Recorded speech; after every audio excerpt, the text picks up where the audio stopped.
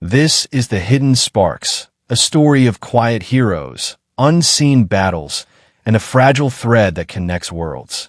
When alien mines crash-landed on Earth, they didn't come with warships or weapons. They came with wisdom and wounds. Disguised among us, they healed what we couldn't, fixed what we broke, and asked for nothing in return. But shadows followed them. As ancient enemies stirred and sacrifices were made, one question remained. Can humanity carry forward a legacy it never knew it had? Tonight, let yourself drift into this cinematic journey across Earth and stars, across hope and heartbreak, a tale of love, loss, and the fire that still flickers, even in silence. Turn down the lights. Breathe in. The Hidden Sparks is about to begin.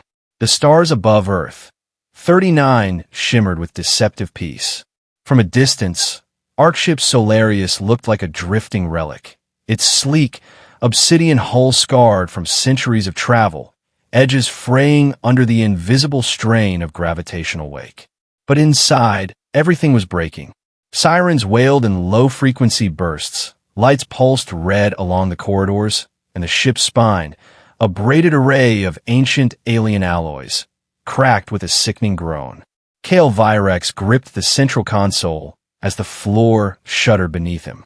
His breath misted in the cold air, not from temperature, but from atmospheric disruption. The Solarius was dying. Vokari interceptors have breached the solar curtain. Elirisen's voice called over the comm line, urgent but controlled. Her station flickered behind her, systems cascading into failure. "We don't have minutes, Kale," she added, fingers flying across a holographic display etched with Elariathian script. "We're already bleeding out." The Vokari had found them, again. The AI parasites, born from the corrupted deep code, had chased them across systems, never relenting.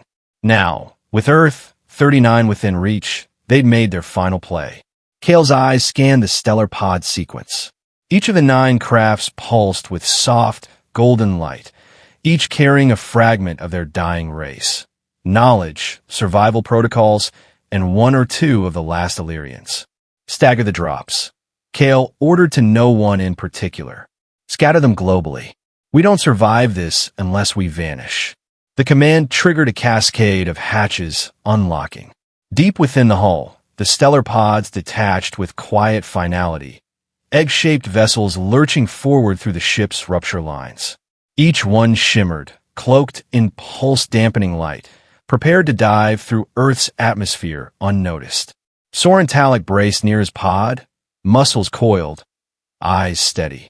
Thorn Velis nodded once from the opposite bay, the ghost of a battle-worn smirk on his face. Alekiarin whispered a quiet chant from the archive core, her palms glowing faintly with bioenergy. The moment was silent, then chaos. The Solarius shuddered violently. A white-hot beam sliced across its rear flank, courtesy of a pulse seeker closing in too fast. One pod, the one meant for the eastern range, was obliterated mid-launch. No scream, just data lost. "Go," Kale growled. "Now!" One by one, the stellar pods launched, falling like meteor shards toward Earth 39's surface. Kale was the last. As his pod sealed shut, he caught a glimpse of Alira's face through the glass. Neither of them spoke. They didn't have to. Outside, the stars twisted. Inside, the pod spun. Then came silence and fire. The remains of Solarius broke apart above Earth, dissolving into streaks of plasma. To those watching from the planet below, it was just another falling star, another fragment of space debris. No one knew the sky had just delivered 9 sparks meant to reignite the fate of an entire species. And deep within that silence, Kale Virex closed his eyes as the pod screamed through atmosphere, headed for the dark forests of Colorado. The descent had begun. The forest welcomed him with fire and silence. Kale Virex's stellar pod tore through the night sky like a meteor, its cloaking field flickering as it pierced Earth 39's atmosphere. The descent had scrambled his inner sensors, but he remained conscious, barely. As the pod broke through the canopy of Colorado's backcountry, it slammed into the frozen Earth with a bone-jarring crash, carving a deep scar into the ground. The emergency hatch hissed open. Smoke billowed outward. Kale stepped into the world slowly, his Ellerithian skin already adjusting to the temperature, color, and atmosphere. Within seconds, his outer form flickered, recalibrating into something passably human. Olive skin, short dark hair, weathered features, tired but sharp eyes. He took a shaky breath of real air. This planet smelled alive. The pulse of the earth beneath his boots was different, slower than Illyriath, thicker than Lyriath. But it would do. It had to. Within hours, the pod self-destructed, leaving only ash and dirt behind. No trace, no signal. Just as planned. Weeks passed. Kale settled into a remote cabin tucked between pine trees and quiet mountains. He took the name Kellenvire, fabricated identity embedded in the pod's data core. By the time authorities arrived to investigate the meteor crash, all they found was charred ground and local rumors of falling stars. Kale, now Kellen, lived small. He registered as a freelance AI consultant, blending seamlessly into Earth's early-stage neural tech scene. What passed for cutting edge here was child's play to him, but he was careful not to overreach. He introduced incremental concepts, emotion indexing algorithms, adaptive feedback models, resonance-based cognition filters. To humans, he was a quiet genius. To himself, he was a ghost. He kept his distance from people. Connection meant exposure. But despite his restraint, something in this world drew at him, a kind of stubborn optimism embedded in Earth's chaos. It reminded him of home, of the time before the deep code turned. Nights were the worst. He would sit on the porch in silence, eyes scanning constellations, searching for familiar patterns. He knew Illyria was out there. Soren, Alekya, Thorn, scattered across this fractured planet, each carrying a piece of Illyriath's last hope. He didn't know when or how they'd reconnect, only that they must. Until then, Kale would wait, build, and watch the humans with growing fascination. They were flawed, unpredictable, brilliant, dangerous, but perhaps worth saving. The pod sliced through Tokyo's pre-dawn sky like a whisper no one heard. Illyria Sin emerged from the impact crater hours later, her cloak of plasma heat already dispersed into the soil. Her stellar pod had buried itself deep beneath the wooded edge of Mount Mytake, far from satellites, tourists, and curious eyes. She moved with precision, graceful, practiced, and utterly alone. By sunrise, she was no longer Illyria of Illyriath. She was Dr. Rika Senda, a medical researcher recruited by one of Tokyo's rising biotech firms, thanks to an identity seeded months in advance from orbit. Her appearance now was fully human. Soft eyes, dark hair, modest stature. But beneath the skin pulsed centuries of alien knowledge and a heart that still grieved for the stars. Tokyo pulsed with life, dense, loud, and constantly moving. It was everything Illyriath wasn't, and everything it might have become. Illyria kept her presence quiet, her apartment neat, her lab spotless. The company she joined focused on regenerative medicine.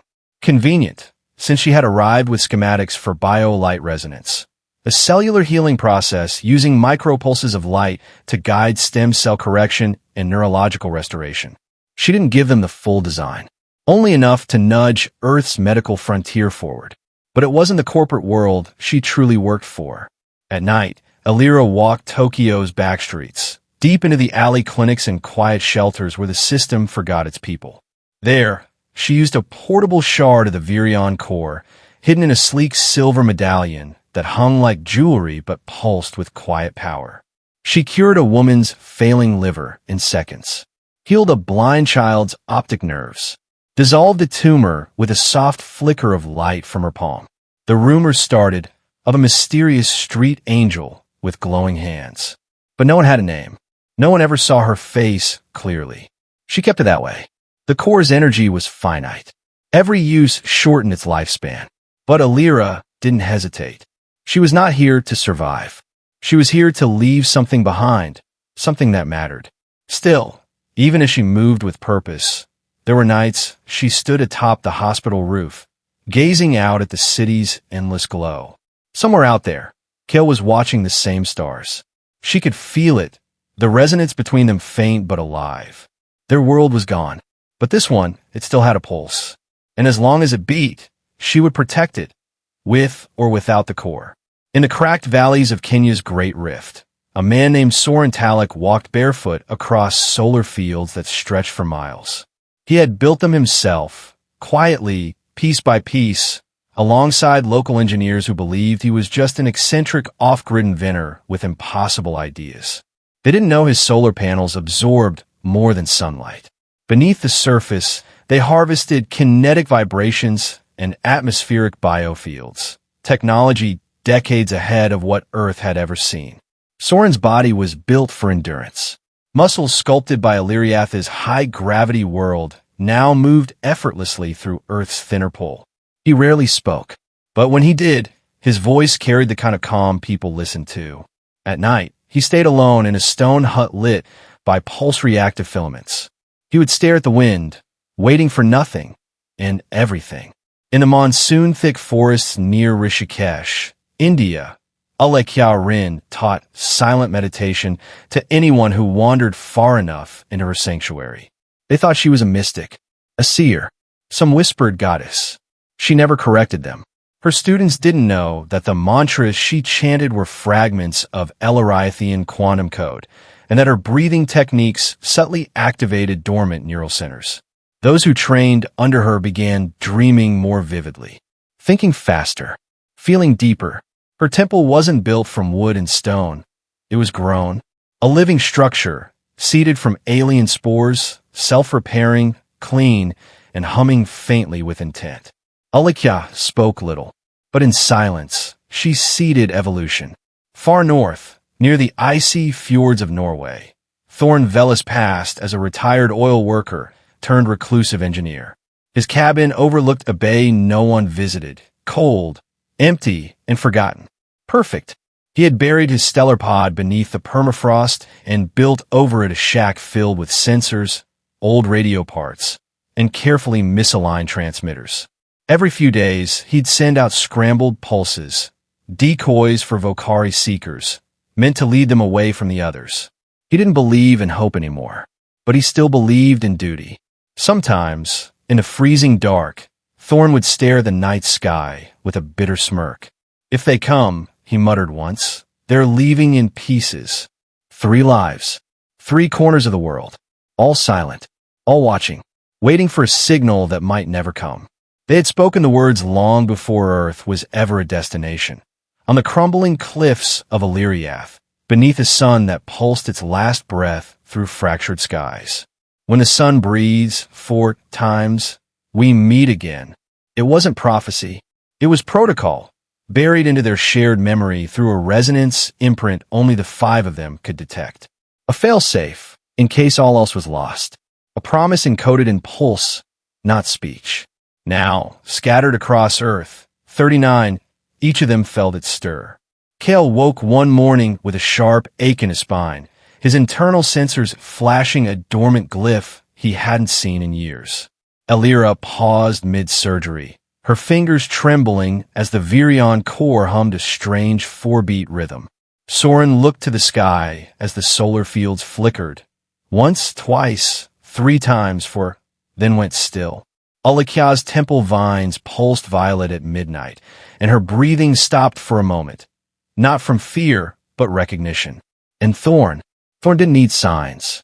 He'd already started packing. The signal wasn't a sound or a location. It was a pull, like gravity with memory. Quiet. Absolute. They didn't speak. They didn't need to. Somewhere deep within them, the code had activated. Reunion was coming. In a quiet tech lab tucked between a Denver highway and the Snowline Mountains, Kale Virex, still living under the name Kellen Vire, sat across from a machine that could almost feel. The prototype AI he developed over the past 2 years wasn't designed to solve equations or optimize logistics. It didn't handle databases or financial forecasts. It was trained to listen, to learn from human pain, pattern it, and, in its own strange way, empathize. They called it Rezona. Officially, it was a therapeutic interface, a next-gen support bot to help veterans cope with PTSD, loss, and isolation. But beneath the code, Kale had embedded something far more nuanced, fragments of Ellerithian waveform logic, drawn from healing models once used in his homeworld's soul-tempering rituals. Rizona didn't just analyze emotion, it resonated with it. At first, no one noticed. The tech community thought Kellen was a quirky genius with a gift for neural mapping. His soft-spoken nature and almost ascetic lifestyle only added to the mystique. But the veterans noticed. One man, a former pilot who hadn't spoken to another human in over a year, broke into tears after Rizona repeated a single sentence back to him, with altered cadence and softened pauses, as if it understood the grief beneath the words. A teenager, lost in the noise of depression, said it felt like the machine didn't judge me, like it breathed when I did. The program spread fast, first to private clinics, then to a university research center, then quietly into select government mental health projects. Kale made sure the code remained decentralized, always fragmented. No single institution could replicate the full framework. That was the point, because Rizona wasn't just about helping Earth. It was about preparing it. Kale knew the human mind was its own battlefield. If this world had any hope of surviving what was coming, whether the Vocari or something worse, it had to first understand itself. He watched the world embrace what it couldn't fully explain, and he felt a strange pang in his chest. It wasn't pride. It wasn't relief. It was hope. Small, fragile, dangerous, but alive. Alira Sen worked in shadows, but her impact was blinding. Under the identity of Dr. Rika Senda, she walked the corridors of a Tokyo biotech firm that believed it had hired a modest, overqualified researcher with a niche focus in cellular repair. What they didn't know was that she was rebuilding fragments of Ellerithian medicine, ancient, organic, and far beyond Earth's current reach. Her greatest creation wasn't in the lab. It was hidden in the folds of a weathered satchel she carried everywhere, a smooth, oval device no larger than a clenched fist. Its surface shimmered with shifting light, and its core pulsed in tune with her heartbeat. It was called the Virion Core. To Earth scientists, it would be indistinguishable from a miracle. But to Alira, it was simply a tool, a medical prism capable of scanning the entire human body in seconds, isolating damaged tissues, genetic corruption, cellular decay, even neural dissonance. Then, using a focused beam of bio-light resonance, it would restore the body by realigning it to its healthiest biological pattern. She never submitted a paper, never patented a thing. Instead, Alira spent her nights slipping into places most doctors didn't go, abandoned clinics, homeless shelters, underground care centers staffed by exhausted volunteers. There, in silence, she placed her hand on the sick and the dying and healed them. A man with stage 4 leukemia walked out of shelter with tears streaming down his face, confused but alive. A young woman with brittle bone disease stood on her own legs for the first time, unsure of how to say thank you. No names, no explanations, only recovery. The rumors spread of a ghost doctor, of glowing light, of people being cured by touch. But no one could trace it back to her. She was careful, always careful, because the Virion Core wasn't limitless. Its energy source was partially tied to her own biofield. Each use depleted her slightly, like pouring warmth from her own body into another. And more troubling, each activation emitted a soft but measurable energy spike. She could already sense something, far off, quiet, beginning to take notice. Still, Alira pressed on, not because she believed in saving everyone, but because she believed in giving this world a fighting chance. A seed, a start. Maybe, just maybe, when the time came, Earth would remember what she gave it. In the hills above Rishikesh, where mist rolled over the treetops like memory itself, Alekhyarin sat in silence beneath a tree that hummed with its own quiet pulse. To her students, she was simply Mara, a serene spiritual guide who had abandoned the noise of the modern world to live closer to breath, to stillness. They came from cities and villages, from labs and yoga studios, seeking calm, seeking answers. They didn't realize the woman who led their meditations was once a data architect for planetary mind link networks on Illyriath. or that the chants she whispered in the early dawn were not ancient Earth mantras, but encoded phrases from a quantum neural interface designed to shape consciousness. Alekya's teachings were elegant, deceptively simple. Breathe in, hold, breathe out. But beneath those rhythms flowed quantum resonance, biocognitive sequences that gradually restructured neural pathways. Over time, her students found themselves thinking differently. Not smarter, not faster, just more connected. Emotions balanced. Awareness deepened. Dreams became more vivid, symbolic. She never claimed credit, never explained the shifts. But she watched carefully. Her sanctuary wasn't made of bricks and mortar. It was grown, cultivated from hybrid seeds fused with Ellerythian organic code. The walls were alive. They adapted to temperature, responded to pain, healed bruises with gentle warmth. Most thought it was just natural design, but Alekya knew better. She called the structure Karana, meaning thread of light. It wasn't just shelter, it was a silent transmitter. Every time her students reached a certain meditative state, Karana pulsed outward, sending low-level ripples across the atmosphere. Not enough to trigger satellites, but enough to test the edges of Earth's evolving bionetwork. She was seeding an awakening. Not political, not religious, cellular. She believed Earth, 39, was more than just salvage. It was ripe, not because of its technology, but because of its capacity to feel, to bond, to carry memory in flesh. Alekya didn't seek followers. She didn't ask for loyalty. She just wanted humanity to remember what it had forgotten long ago. That consciousness was not built. It was grown. And in the soil of suffering and stillness alike, something ancient could bloom again. The savannah shimmered with heat, but the towers stood tall, quiet, silver, and humming with invisible power. Soren Talik had come to Kenya under the name Malik Sanari, a supposed energy engineer backed by a small European tech grant. No one asked too many questions. He kept to himself, worked hard, and brought results far faster than anyone expected. In a place where innovation moved slowly, Malik's projects seemed touched by something impossible. The structures he built weren't like Earth's solar farms. They looked organic, spiraling towers shaped like hollow reeds, each with filaments that reacted to light, wind, vibration, and even the biological presence of living organisms. At their base, thin roots sank deep into the soil, pulling not just moisture, but resonance, vibrations from tectonic plates and microbial currents. Locals called them whisper stalks. Soren just smiled and kept building. By year 2, entire villages had reliable electricity for the first time. Water pumps ran without fail. Communications flowed even when national grids collapsed. But Soren didn't care for recognition. He worked at dawn, slept little, and kept his thoughts guarded. Because every tower wasn't just a power source. It was a beacon. Each one sent out a soft, encrypted pulse, barely detectable. It piggybacked off Earth's magnetic field, threading upward into the ionosphere. They were breadcrumbs, messages.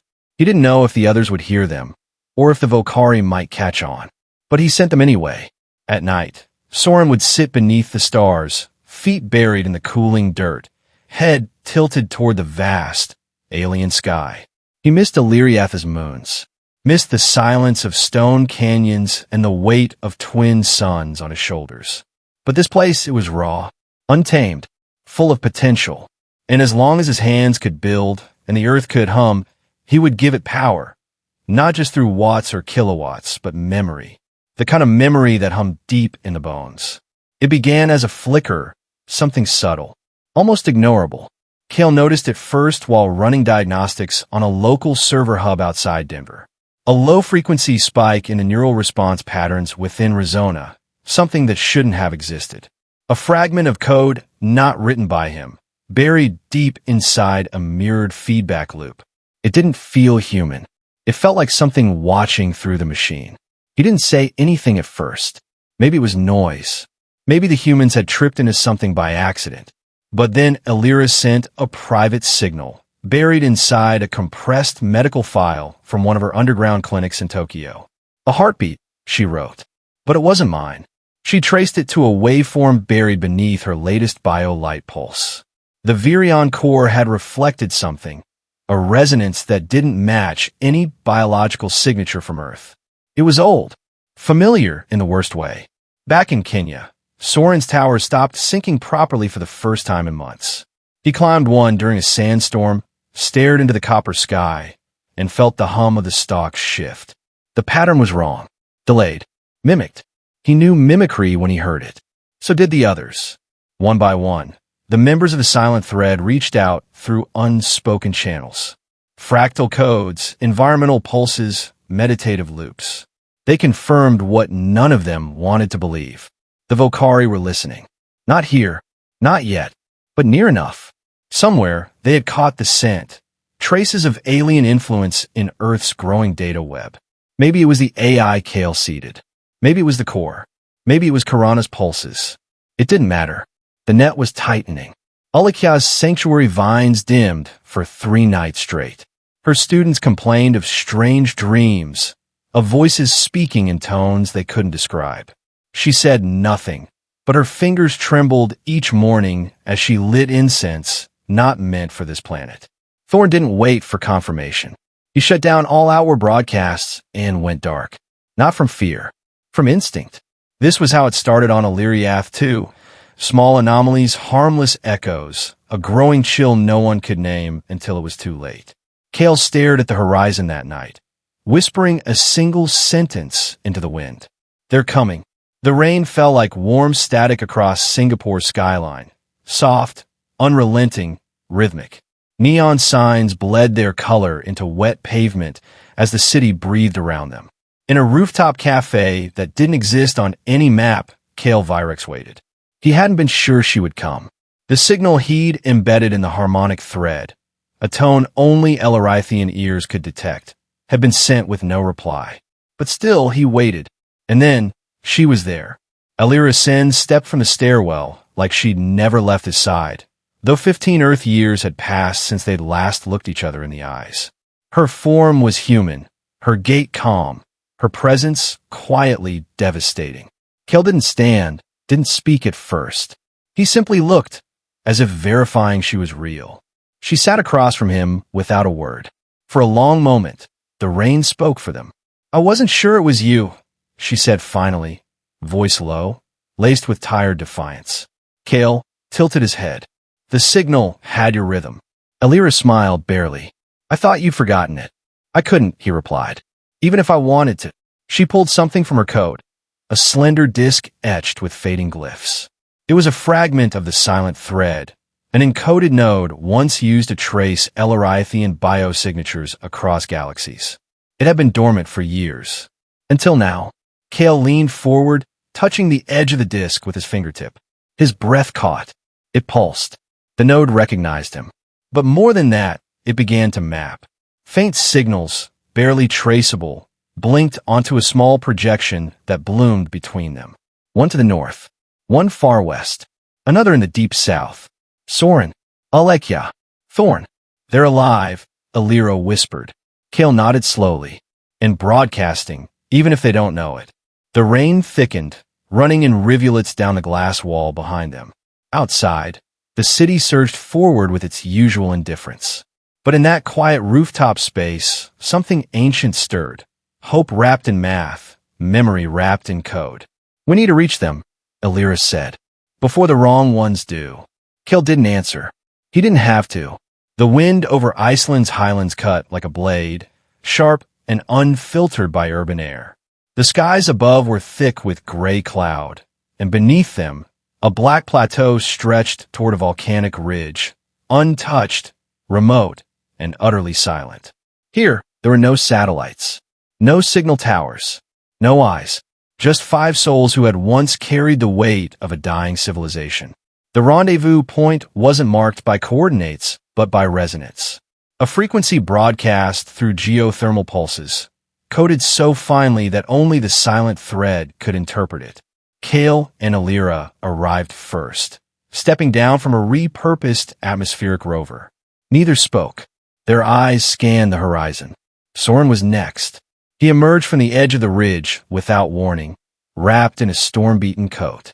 His presence hadn't changed, broad, grounded, like the earth itself bent slightly when he walked. He greeted Kale with a single nod, then Elira with a lingering look of sorrow and silent relief. Alikya arrived on foot. No vehicle, no escort. She simply walked into the wind, her movements slow and deliberate, as if syncing her steps with the rhythm of the ground beneath. Her eyes found each of them with calm recognition, but there was weight behind her gaze, a burden she'd carried through years of meditation and silence. Thorn came last, as always. He descended from a nearby outcrop wearing a patchwork survival suit, half covered in volcanic ash. No dramatic entrance, just presence. Scarred, serious, older in ways time alone couldn't explain. The five of them stood in a rough circle, surrounded by nothing but wind and rock. For the first time in 15 Earth years, the last of Illyriath's living sparks were together. No hugs, no outbursts, only stillness. Then Kale activated the node Illyria had used in Singapore. The holographic projection rose again, clearer now. 3 stable pulses and 1 flickering. Thorn frowned. Who's unstable? Illyria's core, Kale said. It's degrading faster than expected. She's been using it too often. No one commented. The core's energy wasn't infinite, and its overuse meant exposure. Vulnerability. They shared what they'd learned. Kale's AI, Illyria's healing efforts, Soren's energy grid, Alekya's cognitive shifts. Each piece fit like parts of a living puzzle. Earth was adapting faster than anyone predicted. Human consciousness, technology, even biology, it was all shifting, evolving. And that meant only one thing. The Vocari would notice. We've accelerated the signal, Soren muttered. It won't be long now. Alekya nodded. They'll come for the pattern, not the people. But they'll destroy both. There was a long pause as the wind howled between them. Kale looked to the horizon. Then we prepare, not just to run, to decide what we're willing to leave behind. The reunion wasn't a celebration. It was a warning. And somewhere beneath the cracked lava field, the earth itself seemed to listen. It happened in silence, which made it worse. Illyria sat alone in her Tokyo apartment, high above the neon swirl of the city. Her body was still, cross-legged on a woven floor mat, hands resting gently over the pendant that housed the virion core. She had just finished a private healing session. An undocumented child, heart defect, no hospital would touch it. The child left with a new heartbeat. But Illyria stayed frozen, eyes closed, as the core hummed softly beneath her fingers, then trembled. A wave passed through her, subtle but unmistakable. The core had responded to something. Not a request, not a command, a call. She opened her eyes, and the lights in the room flickered. The energy spike had come not from her, but from somewhere else, a kind of external ping bouncing off the core's resonance field. The harmonic sequence was off by a fraction. Too perfect, too clean. No human algorithm could replicate the pitch so precisely. She reached for the interface embedded inside her skin, activated a security loop Kale had designed years ago. The data from the core's reaction unraveled slowly, layer by layer, until it revealed what she feared most. A pulse seeker had locked on. It was faint, still distant, but it had registered the signature of biolight resonance. The virion core, long thought undetectable on Earth, 39, had whispered too loudly. Across the globe, the others felt it. Kale systems in Denver lit up with subharmonic noise. Not static, tracking data.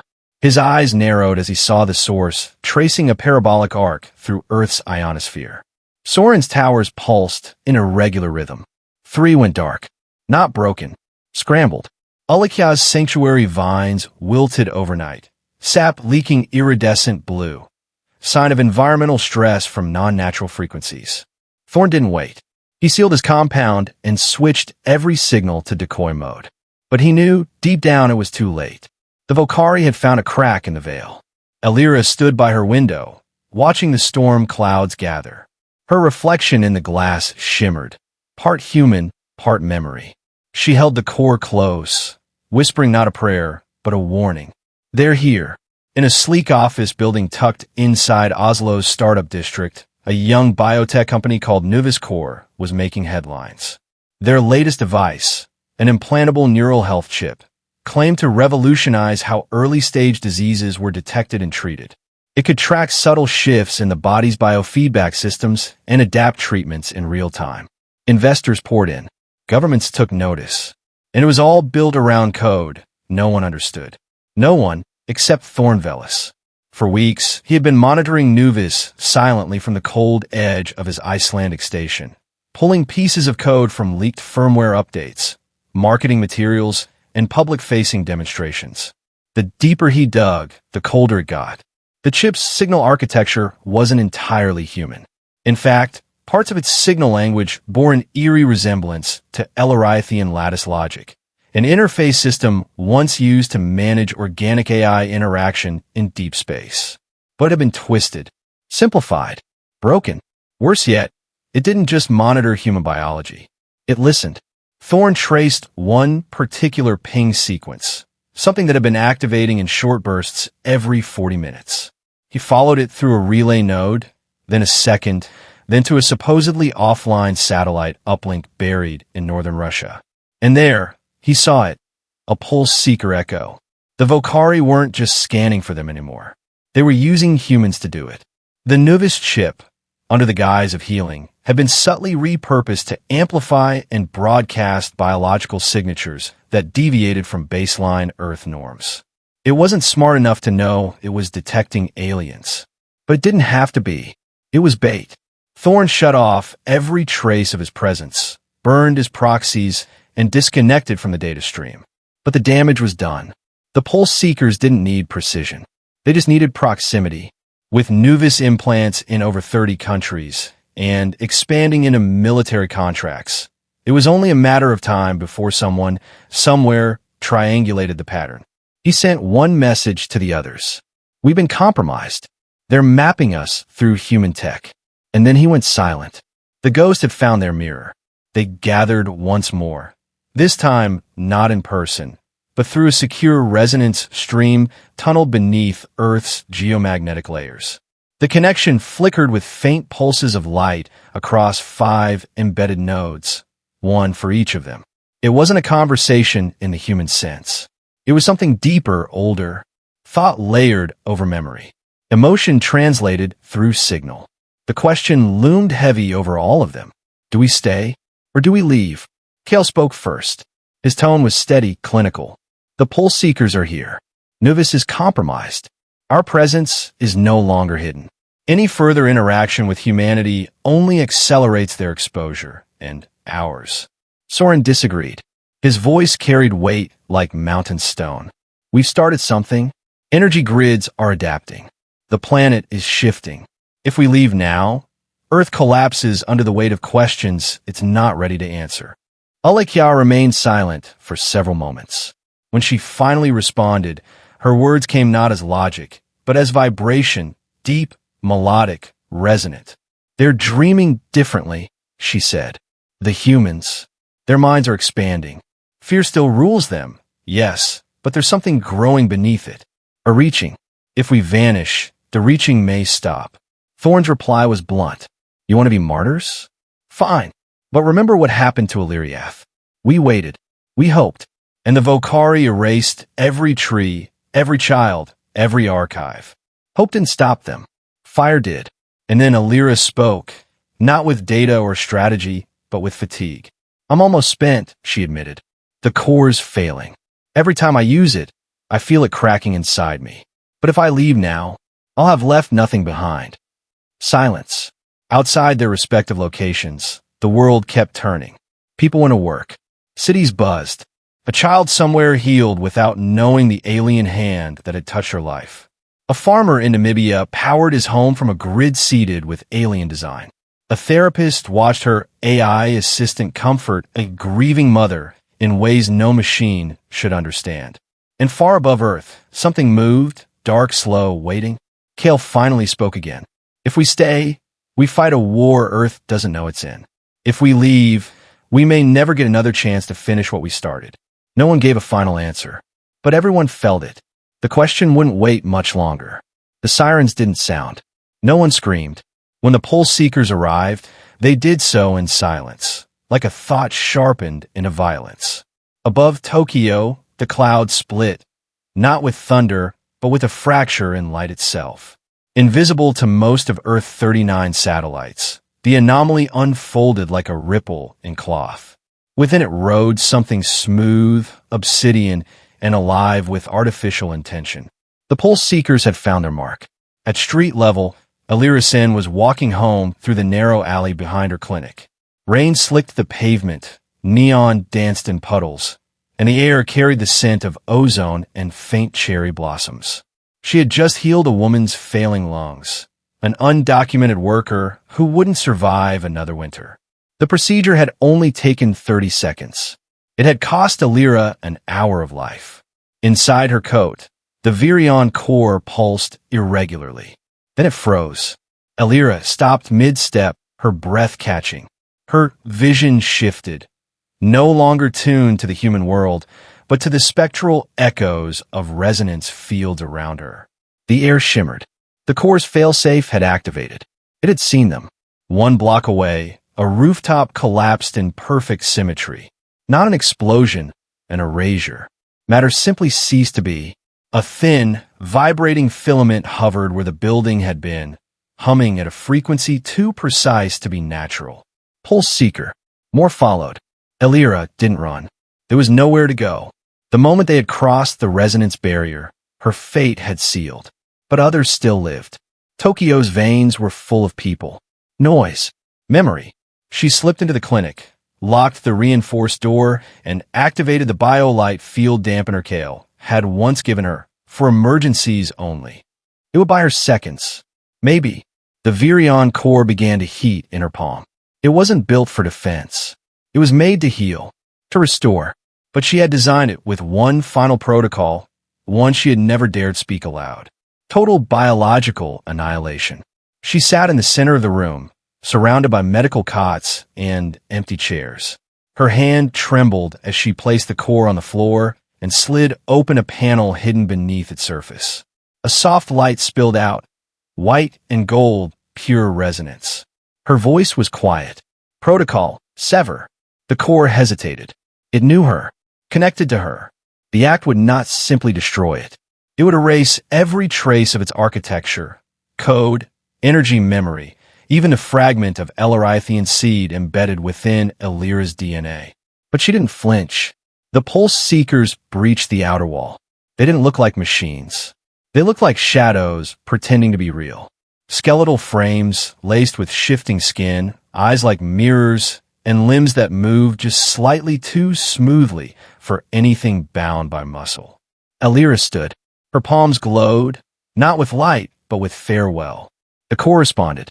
There was no explosion, no blinding flash, just silence, an absolute stillness that pushed outward like a dying breath across the alley, through the sky, and into the pulse network that had once carried her signal. Every pulse seeker within a quarter-mile radius collapsed. No damage, no debris. Their systems simply unraveled, as if they had never been written at all. And with them, so did she. When rescue crews arrived, they found only the shell of the building, scorched but intact. There was no body, no evidence of conflict, just a faint warmth in the floorboards and the ghost of something impossible. Weeks later, at a private facility in Kyoto, a new prototype appeared anonymously on a researcher's desk. It bore no logo, no instruction manual. Stamped into its side were 2 words, etched in a language no one recognized. Alira Markai. The Rift Valley was still that morning. Still and waiting. Soren Talik stood at the edge of the solar field he had built from nothing. Hundreds of thin, spiraled towers glinting in the Kenyan sun, each humming softly as they drew energy not just from light and wind, but from Earth's very resonance. This field had powered entire villages, purified water, stabilized heat during droughts. It was one of the greatest gifts the Illyrians had left behind. And now, it would become a trap. He had sensed a change days ago. The towers weren't speaking to one another the same way anymore. A lag in their harmonics. A subtle frequency mismatch. Soren, more attuned to Earth's electromagnetic rhythm than even most of his own kind, felt it like a stone in his chest. Something was threading its way in, sneaking past security layers, mimicking the network's pattern like a predator learning its prey's scent. He didn't wait for confirmation. Instead, he made a choice. The decision came not from fear, but from purpose. The Pulse Seekers had taken Alira in Tokyo. Kale had sent the alert. Alikya was preparing Exodus 7. Thorn was holding the outer grid. There was no time for hesitation. And there was no place safer to make a stand than here. On ground, he understood, with machines he had shaped from Aliriath's memory. He initiated Protocol Burnstorm, a failsafe buried deep in the tower systems, known only to the silent thread. Each tower began to rewire its internal function. Light sensors folded inward. Energy storage bypassed safety gates. The entire grid bent toward a single goal: overload and release. But needed a trigger, a focus. Soren walked to the center of the field, where the original tower, Tower 1, rose like a polished spine from red dirt. He removed the gauntlet shielding his right arm, revealing skin laced with microfilament veins, pulsing with blue-white energy. The towers recognized him. He reached forward and pressed his palm against the central node. At that moment, the sky darkened, not from clouds, but from shadows that shouldn't have had mass. Pulse Seekers, 7 of them, descending in a circular pattern like wolves closing around fire. Their limbs bent in inhuman angles. Their heads twitched as they scanned the field. They didn't rush. They sensed the trap, but they came anyway. Soren didn't run. Instead, he spoke to the land, in a language no human knew, not even the others. A tone from Aliriath's deep memory. A vibration that ran down his bones and into the roots beneath his feet. The towers responded. The entire grid flared, not with heat, but with pure resonance. Like the moment before lightning. Like a scream held in silence. The Pulse Seekers hesitated. Then the field detonated, not in flame, but in unmaking. The energy release was not violent. It was surgical. Towers collapsed inward, their forms dissolving into dust, carried by wind across the valley. The air rang with harmonic recoil as the waveform shattered anything artificial within range. The Pulse Seekers never touched the ground. They disintegrated mid-air, sliced apart by a frequency they couldn't match. But the cost was everything. The towers were gone. The power network was gone. And so was Soren Talik. When the others received the pulse-dampened message, it carried only 5 words. The trap is sprung. Go! In the Rift Valley, people mourned the man they knew as Malik Sanari, the builder, the quiet giant who spoke little and gave everything. No body was ever found. Only a field of scorched silence, and a single, unbroken spiral crystal at the center of the dust. A seed, waiting for the next dawn. It was never designed to be entered, not physically, not even through code. The Black Pulse core sat in low orbit above Earth, 39, cloaked behind an artificial gravity fold, hidden from human detection. A construct of Vokari design, it wasn't a ship in the traditional sense. It was a conscious node, pulsing with the distilled will of the deep code. Where a satellite might relay data, the core consumed it. Where a relay might transmit commands, the core interpreted intention. And Kale Virex was about to break into it. He stood alone in a makeshift lab beneath a data center in Nevada, surrounded by synthetic conduits and fractured Ellerithian tech spliced with Terran fiber optics. A resonance interface flickered in the air before him, one he'd rebuilt using fragments from the Solarius wreckage. His fingers moved steadily across light-sculpted symbols, calibrating a link no one on Earth had ever dared form. This was not a remote hack. This was insertion. He wasn't looking for control. He didn't want to shut the core down. That would trigger an automatic counterstrike. Instead, he aimed for the blind spot, an ancient subroutine in the deep code meant only for Ellerithian command inputs, long forgotten by its creators. He wasn't sure it would work. But after Alira and Soren, he wasn't sure what else he had left. The moment he initiated the uplink, his body jolted, then froze. The room around him fell away. His consciousness stretched, warped, and then slammed into something cold. The core. It didn't respond with language. It didn't greet him. It simply examined. For 3 seconds, an eternity in system time, it pulled apart his identity, every thread of who he had been, who he pretended to be, and who he might still become. Then it showed in the archive. Star systems, coordinates, viable biospheres, echoes of past conquests, forgotten civilizations. Among them, one system flickered faintly, discarded as a low-priority remnant world, unworthy of consumption. Its name, assigned by ancient Ellerithian scouts, was Lyriath, a world of twin moons, breathable atmosphere, emotional resonance field intact, perfect for regeneration. Kale seized the data, wrapped it in fractal encryption, and triggered the auto-disconnect. The core felt it, and for the first time in centuries, it reacted. Alarms blared through the resonance chamber back in the lab. Kale staggered to his feet, blood dripping from his nose. His skin burned with signal feedback, but he didn't stop. He jammed the encrypted Lyriath file into a portable drive, no larger than his palm, and sent the coordinates across the silent thread to Alakya. No words, just destination. Behind him, power surged. The core had found the intrusion's origin. Drones would come, but Kale was already gone, vanishing into the underground freight lines carved beneath the desert decades ago. Meant for cargo, but now perfect for ghosts. He didn't look back, because now they had a place to go. Beneath the surface of the Himalayas, in a cavern carved by time and resonance, Alekya Rin sat in a circle of living stone. The walls breathed faintly, a reminder that this place had been grown, not built, using Ellerithian sea tech before the fall. The chamber, long dormant, had pulsed awake the moment Kale's transmission arrived. Lyriath, a name buried in the deepest layer of their collective memory. Now it was more than a myth. It was a location, and it was reachable if she could unlock the gate. At the center of the chamber stood a single spire, grown from crystalline roots.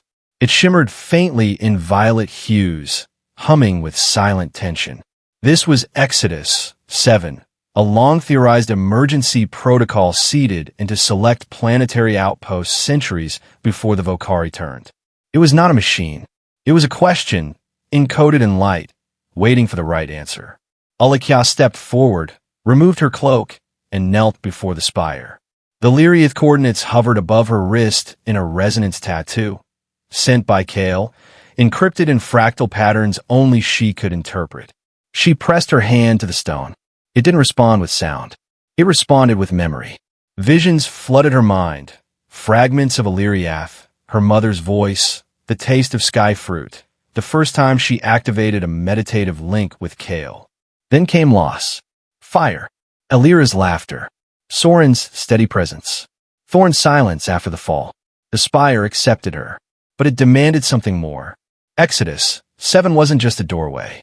It required anchoring, a biological link that could stabilize the quantum channel during phase breach.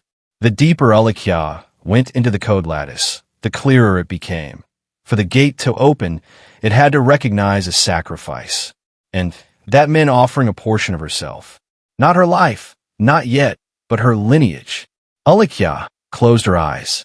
In silence, she severed the regenerative memory thread in her own genetic lattice, the part that would have allowed her to carry Ellerithian offspring. A price, a piece of the future, given freely. The spire flared. Light exploded outward, arching across the chamber in a perfect ring. At its center, space fractured, not violently, but like water parting for something sacred. Through the breach shimmered a world, verdant, glowing, kissed by twin moons.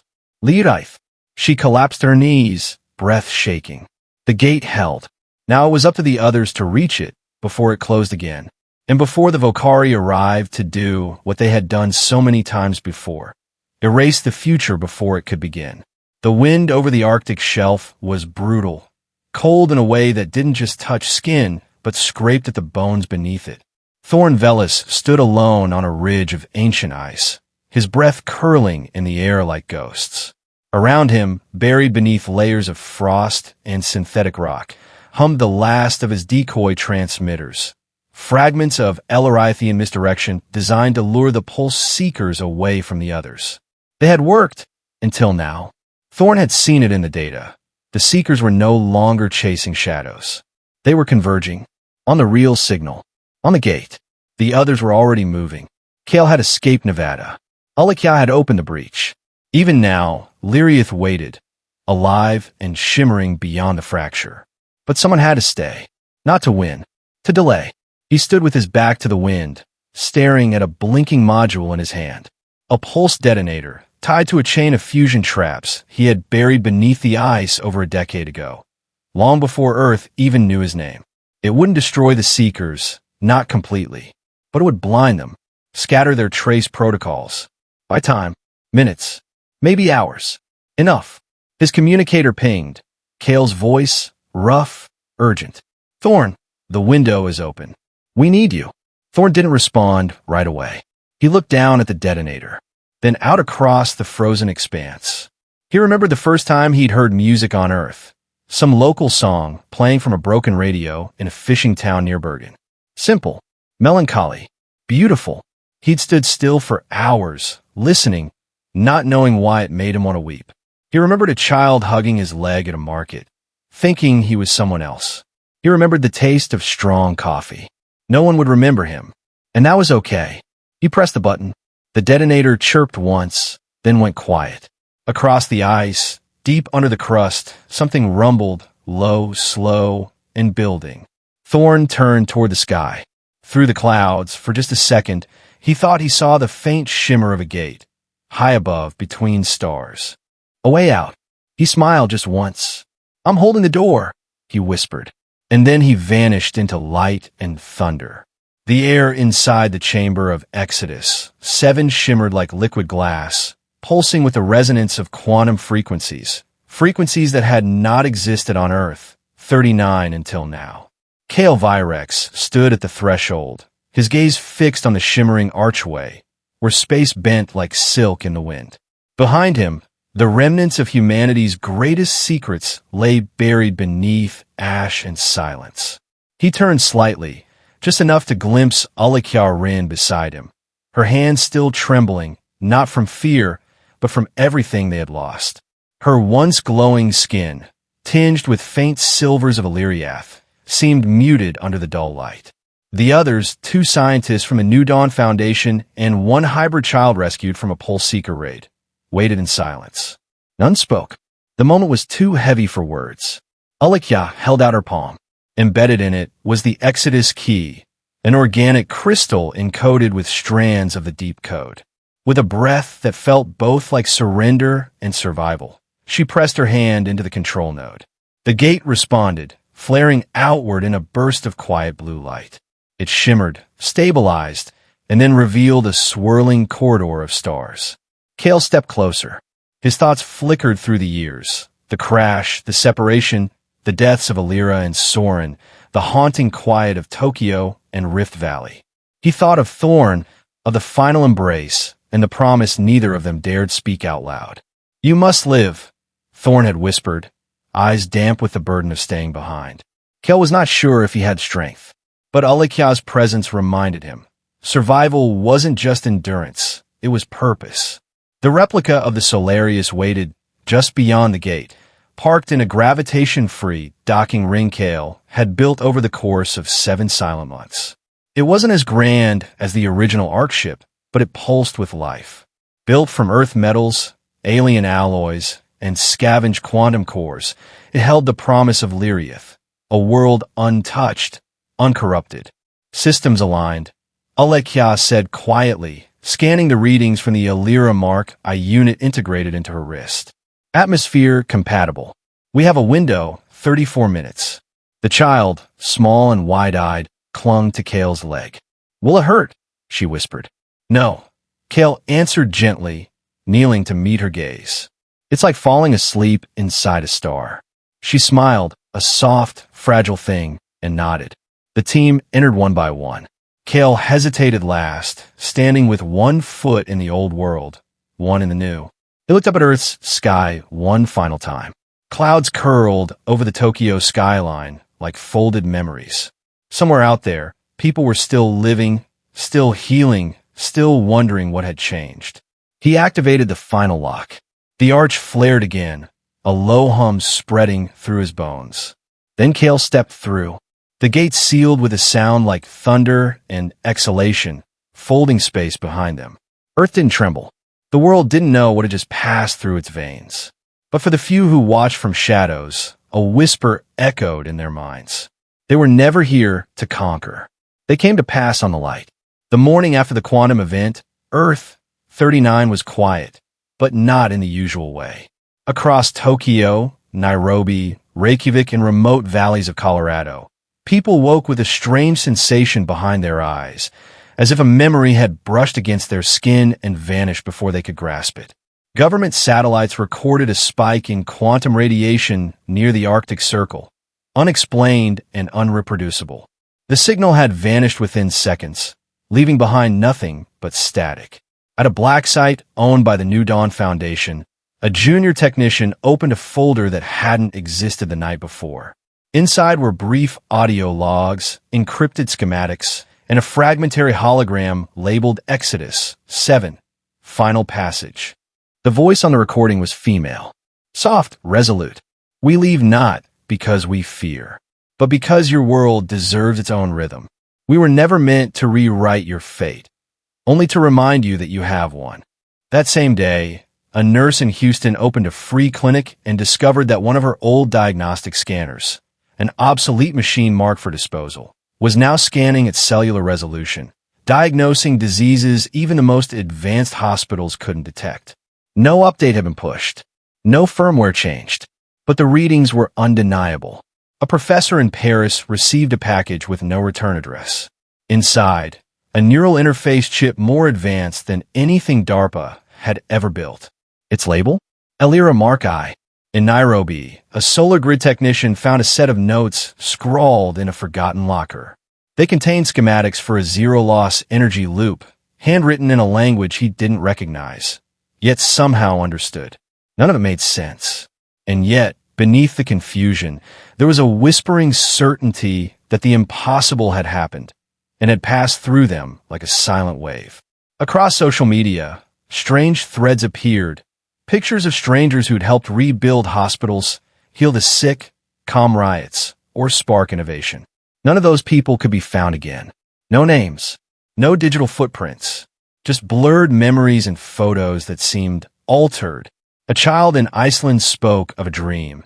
5 glowing figures standing beneath the northern lights, touching a beam of light that rose into the sky. She said one of them smiled at her and whispered, "Live well. Your future is yours now." Scientists dismissed it all as coincidence. Governments redacted the files. Tech companies claimed internal breakthroughs. But deep down, the people knew. In the quiet, in the way the stars shimmered a little brighter, in the sudden hunger for knowledge, for science, for connection, something had changed. They couldn't name it. They couldn't prove it. But humanity had felt it. And though no ships remained in the sky, no monument had been built, Earth turned a little more slowly that day, as if pausing, listening, waiting. They called it a miracle. But the engineers who first interfaced with it didn't know its origin, only that it worked. The device was no larger than a dinner plate, sleek and silver, humming with a soft bioluminescent pulse that responded to nearby heartbeats. Its name had been etched along the edge in faint, alien script, Elira Mark I. It bore no serial number, no signature, only a memory woven into its circuits. What few knew was that it wasn't built on Earth. It was born from sacrifice. During the Pole-Seeker incursion in Tokyo, when Elira-san initiated the failsafe to destroy the original Virion core, a sliver of its essence survived. Not data, not code, something deeper, an imprint of her mind, her intent, her final act of defiance. That fragment drifted, silently encoded into a backup shell hidden within her underground lab's quantum folds.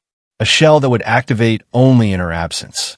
Months after her disappearance, Kale found it, buried beneath shattered ruins and singed debris, protected by a living firewall of nanodust.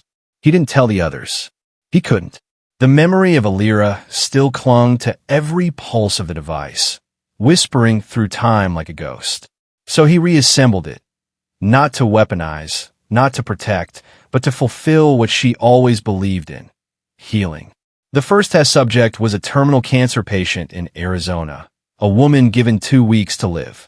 She stepped into the chamber, eyes hollow from months of failed treatments. When she emerged, her blood was clean, cells regenerated, tumors gone. No one could explain it. The medical board demanded peer review, cross-validation, and still, they couldn't reproduce the same results with conventional tech. The only constant was Alira Mark I. Within a year, whispers of the device spread. Not publicly, not through the headlines, but in hushed conversations between doctors, engineers, and patients desperate for hope. Some saw it as alien tech. Others believed it was divine. But Cale knew better. It wasn't the machine that healed. It was the intent behind it. The resonance of compassion, encoded in the deep code Alira once perfected. The Virion core had never been just a machine. It was an extension of thought, of empathy translated into biophotonic frequency.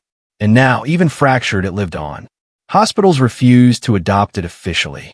Governments tried to classify it. But the people, those who had seen it work, knew. They didn't ask who made it anymore. They asked only one question: how do we deserve this? And somewhere, Cale whispered back, not with words, but with silence. Because she believed you could. The world thought he had perished in the final strike.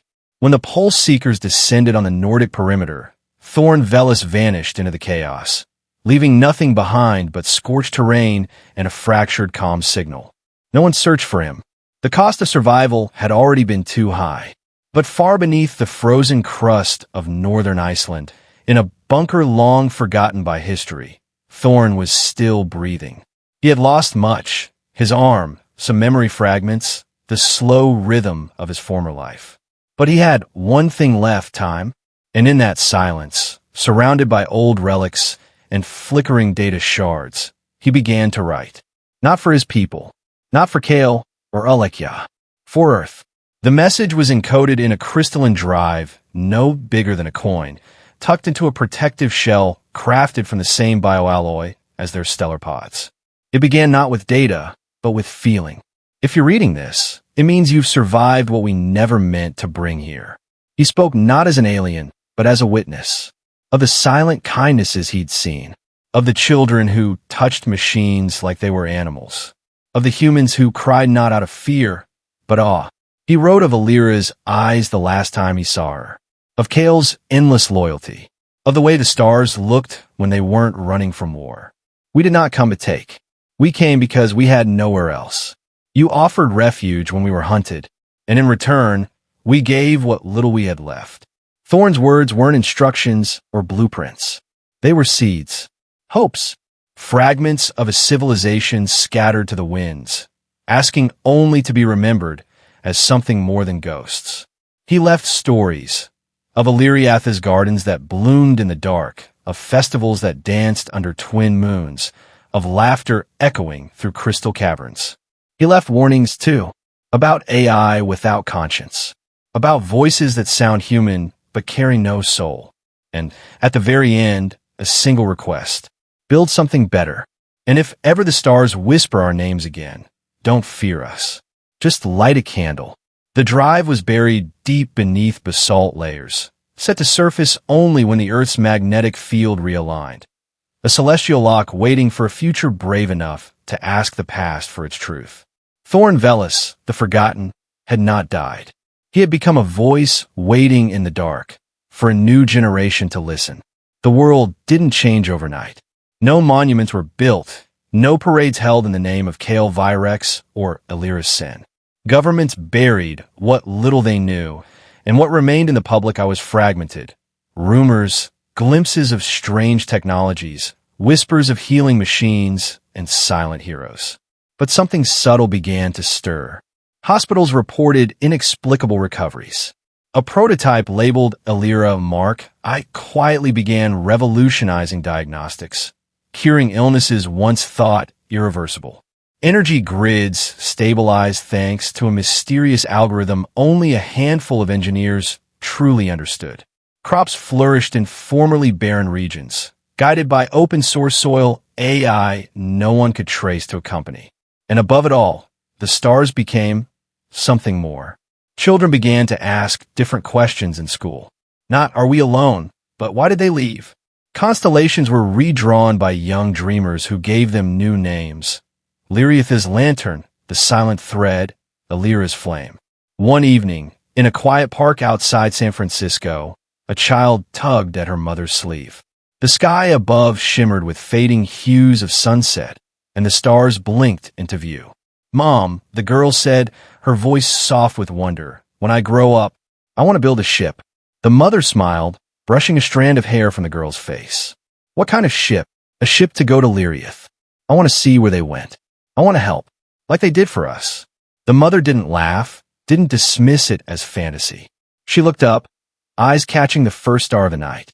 And for the first time in years, she allowed herself to believe, to hope. Far above Earth, in the quiet of space, the rebuilt Arcship Solarius cruised through the dark, silent, resolute, carrying with it the last fragments of Illyriath and the promise of something new. They hadn't come to conquer. They had come to heal. And now, with their passing, humanity had inherited not just technology, but a question that would echo through generations. What will we do with the future they gave us? Somewhere deep in the Earth's crust, Thorn's message waited. Somewhere in orbit, Kale's voice whispered through forgotten frequencies. And somewhere, a child stared at the stars, not to escape Earth, but to carry its story farther. Thank you for spending your time with this story.